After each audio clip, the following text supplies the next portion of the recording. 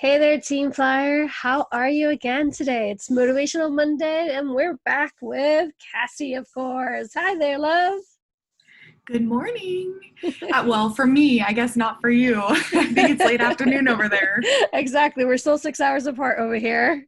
It's so funny to me because I'm always 6 hours apart with Spain and vice versa. Because when I lived in Spain, I have my friends on the East Coast in the States, and they were always 6 hours behind. I was always 6 hours ahead. And since we moved here last year, it's been opposites, right?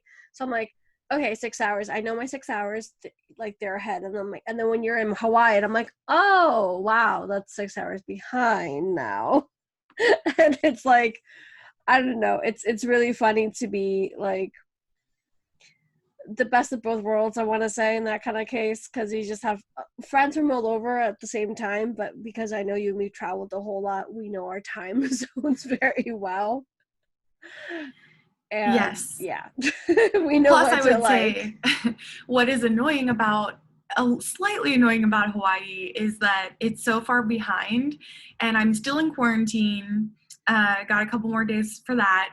But when I wake up at 6 or 7 a.m., everyone's like already in the late afternoon. So I feel not only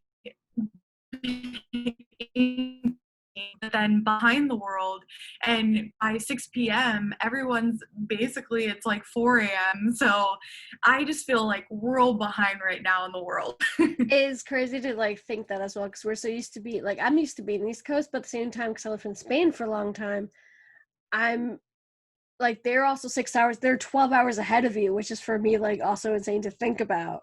And then I had to understand that feeling really quickly before we get to today's quote, because it's kind of like, oh, when I remember, when it was 8 o'clock for me and I was gonna go, like, I'm straight into work, it's 2 o'clock for them, and they're eating lunch already, and they're about to, like, their day's about to finish, or even like my 4 o'clock, my 4 p.m. is their 10 p.m. and I'm like, okay. Like, they're going to bed basically. I mean, in Spain they go to bed at midnight, but still, point being, I understand your feeling. And yeah, I we're gonna move to LA soon, as a lot of you may or may not know, but it's in the works and whatnot, because of Latina and all these sorts of things that we can talk about on different podcasts. And we're gonna be 9 hours apart, and my friends and me are like bracing ourselves, because if it's difficult to talk to each other now with 6 hours, nine is gonna be a whole different world, basically. So I hear It you. is, but I hear you. you'll make it work because I have so many friends in different time zones, and although it is difficult, there's always you can always figure it You can out, I always think. figure it out. One of my dear friends lives in Singapore, and we're 12 hours apart. Yeah. So if we can figure out I'll my be nine, 15. exactly. Well, it's how we move. Oh my god. But everything's possible. Everything's like, as soon as with friendship and family, or whoever you call your ohana, it's possible without a doubt. If we're you and me are recording this 6 hours apart, I've also had podcast episodes sharing their go to flash stories for people from Spain, people from England, people from Australia. So if we can do all that, like, yes, I believe. I truly believe. So without further ado, definitely, again, as always, I always say I know. Let's hear today's quote. Today's quote is, "To let yourself be carried on passively is unthinkable," by Virginia Woolf. We had a bit of time knowing what to say with this one, because we had a lot to say, and we just wanted to be like as useful and as knowledgeable as we could as well. One of the stories that I wanted to say about this quote takes me all the way back to high school, which is always difficult for people for certain reasons. And one of them for me was I was definitely a bookworm. I got pretty good grades.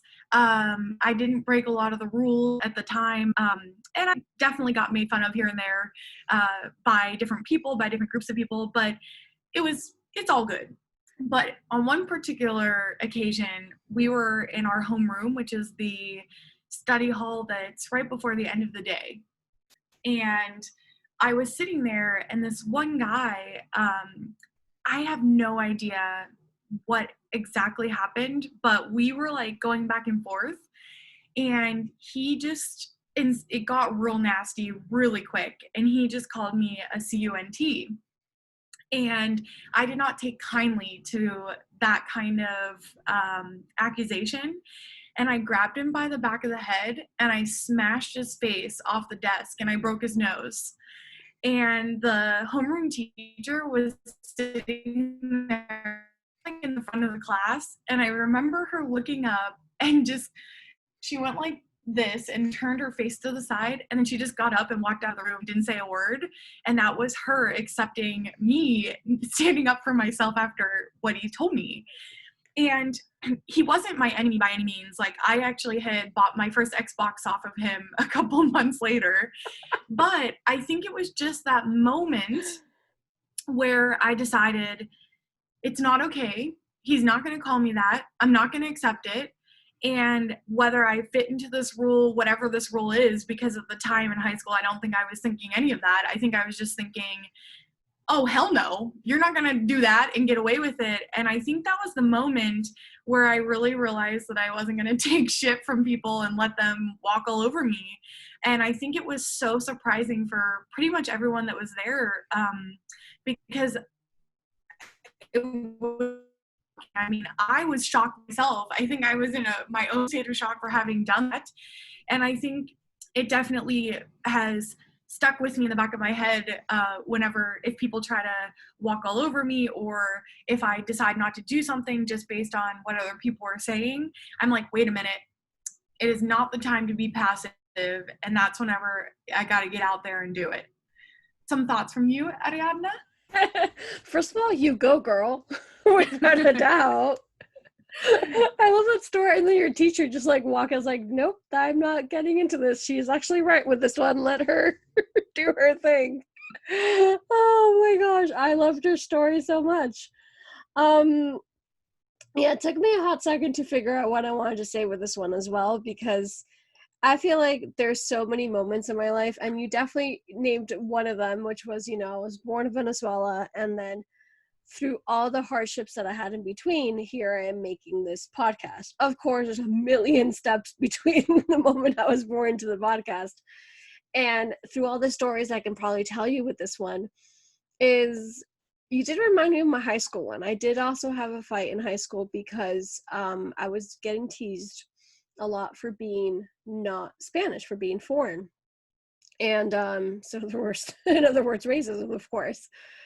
And I couldn't take it anymore. So I also had a bit of a fight with one of the girls because she's like, oh, go back to your country, go back to your country. And I was like, no, no, you don't say those kind of things.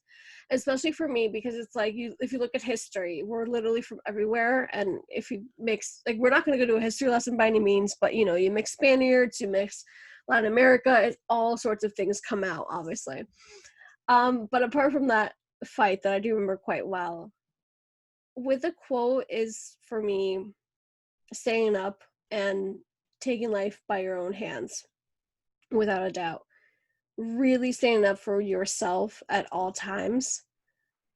I've been a person that has done the opposite for a really long time. I was always like adapting myself to the world, and it's like, if you liked me in pink, I was going to wear pink, and if you liked me in black, I was going to wear black, kind of person.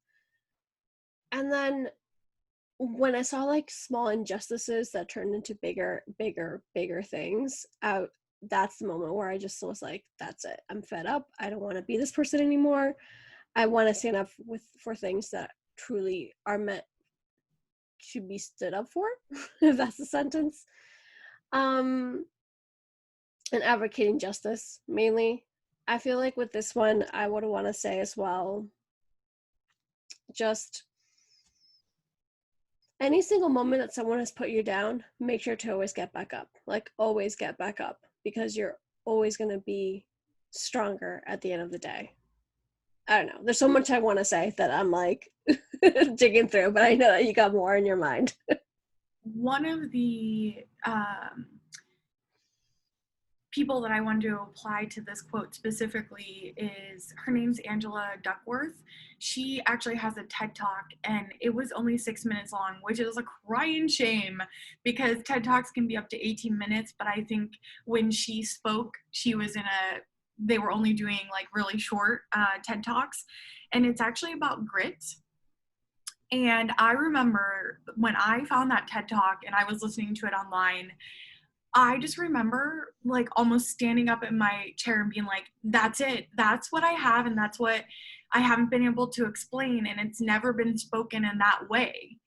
And then she actually came out with a book a couple years ago, and I just read it, and it's also called Grit. I believe it's called Grit and then something else. I'd have to look it up because I don't want to be wrong. And she just did an interview on Dak Shepard's Armchair Expert podcast, which I also love. But essentially, it's the psychological approach to people who always just keep striving, even if they're going to fail, even when they fail, even when other people tell them that they aren't ready to do this or do that. And she provides so many examples of people.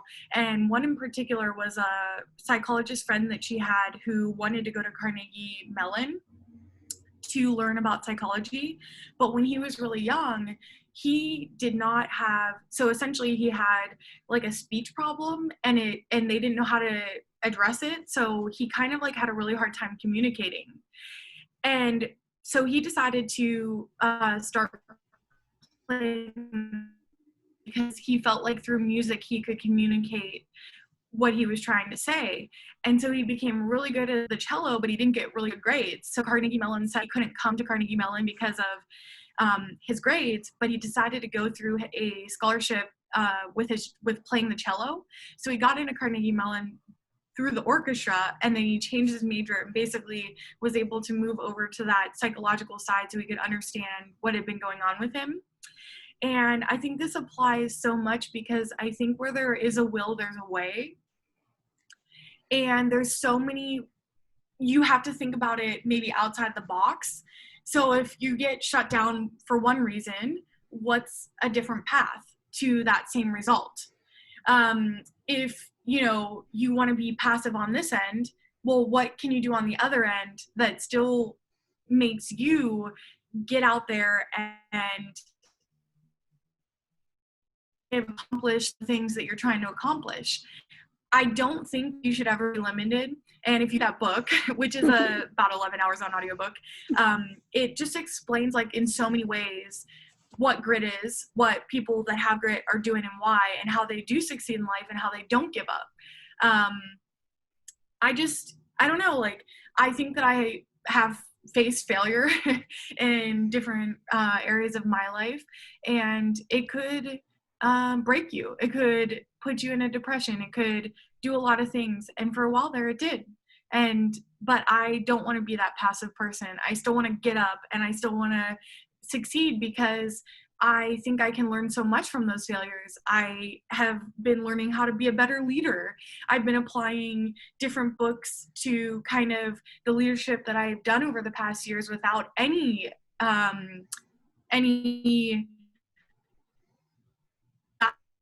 so I just think there's so many different ways to stand up and take charge and move away from being like that passive person into a person who can really see what they want and go for it.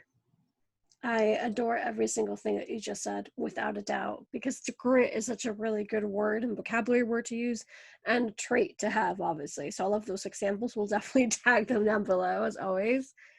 And I do agree. I feel like that's what I was saying before a little bit, where like everything makes you stronger. It's difficult to get back up. Like much like you, I've been depressed and I've been down and I've been sad. And I'm still like I much like we said in previous episodes that I can do Insta stories without makeup. I'm also doing Insta stories with like, oh, I'm sad today, because I'm like that's a sentiment that I want to acknowledge. Does that mean that I'm going to stay sad? No, of course not. That means I just get back up slowly and surely, of course, with all due time, because I have to respect my feelings in that moment. But point being, then it's more than all that. It's like what you were saying also with perseverance. I feel like anyone who's been an immigrant, whether regardless of the fact that you've had racist comments or not, to be honest, it takes a lot of strength, a lot of strive, and the fact that the first thing you thought of for me to say was like, "Oh, you're from Venezuela, but look where you are now." Yeah, I've traveled the world and lived in many different places and embraced many different cultures and rules and just jobs of all sorts. To know this, my podcast, my business, my entrepreneurship, you know me, you've seen me through Those Believer, you have, I have Latina, I have King Phil Myers, of course, and all these things I do day in, day out, even if it's not picture perfect, because it's not picture perfect. Like, I get shut down many times. People are like, "Oh my God, how did you get Rosanna Berger, Budagos, sorry, and Natalie Kelly and Jessica Garcia?" I'm like, just being myself and literally knocking every single door again and again. Have people said no to me? Of course. I am a human being, but you learn through that as well to continue striving. And like you said, like if you're going to be passive on one end because for whatever reason, make sure that you find other ways to accomplish that goal, because the whole LA thing didn't happen for me overnight. For example, that was always a goal of mine to produce my own show, and there's a lot of more goodies that are coming next year, which are under wraps right now. But point being, with the story, it's like I knew I was going to get there somehow, some way, somehow, and I was trying to make a path for my way through to get there. Better said. Did I want it at 20 years old? Yes. Do I have it now? Yes. 12 years later? Yes, as well. But like everything that I did, everything I went through, all led me to be where I am today. And that, once again, is like that grit, sorry, and that wit, I guess, but that courage and that strength to just keep going and embracing the odds, no matter what they say. It doesn't matter. I can guarantee you that. It doesn't matter what it's harder to practice that one. That's like because you hear so many haters, or you're so used to listening to somebody else's opinion. Just focus on your own and do what's right for you, because the rest doesn't matter. People who love you will always be there, period. Definitely. You definitely have to really focus on what you want to do. And once you make that decision, that's it. You just got to go for it, and you got to keep going for it. And it's hard, it's a sludge. But I think in the end, you're just going to be able to look up and just know that you've done everything you could. And even if it doesn't work out, that's okay. There's a lot of times where people put their whole heart and effort into things and it doesn't work out, but don't be sitting on the sidelines. Definitely don't be the man who's not in the arena, if you know the quote by Theodore Roosevelt. I just wanted to tell you the name of the book is Grit, The Power of Passion and Perseverance by Angela Duckworth. And I'm sure Ariadna will put it below, but there's so many ways to apply it, especially from the immigration standpoint. I have not dealt with that personally, but I have met so many people who have had problems, who, especially, when I was going through Mexico, they can't see their family who's in the United States. And there's just so many hardships that people go through, and just don't live passively. That is the biggest thing that I wanted to convey today, especially because it's so important to really embracing what you can do in life, getting out there and doing it. Exactly. Literally, the other quote is like, "The world is your oyster." It's absolutely true. Just go out, live the life that you want to live, and face those fears and face those facts, and just keep moving forward to live the life that you truly want and deserve. It's not easy, like we keep saying, it's not to wake up every single day and to get up and be like, okay, I'm going to be doing this. And like what we were saying, you mentioned this before we started recording, for last, to wrap it up a little bit, like a lot of what I do, when I started doing with my business, at the beginning, you don't earn anything. You're doing it, you're working 12 hours a day, you're working weekends, and you're like, all right, I'm building a foundation here, and that's the part that's going to show up the most. The fact that if you're this involved and this invested, if this is what you're passionate about, it's going to end up happening. Maybe not the way that you expect, though. That I do agree with that one, what you were saying. It might not work out because you might not have that book by the end of the year, but maybe you have a TV show. Maybe you are a guest, a constant guest on somebody else's podcast. Who knows? One way or another, whatever that dream is, it's going to show up, as long as, once again, you live Or passionately. maybe you don't have that book, but maybe you met your husband in the process. There's Exactly. so many things that can come of trying to achieve great things. Just make Exactly. sure that you're always in the arena. Always in the arena. So to repeat today's quote one more time, it is, "To let yourself be carried on passively is unthinkable," by Virginia Woolf. So yeah, thank you very much for joining us once again, my darling. I hope you have a beautiful day, all of you. Team Flyer, please. And we'll see you all really soon. Ciao! Ciao!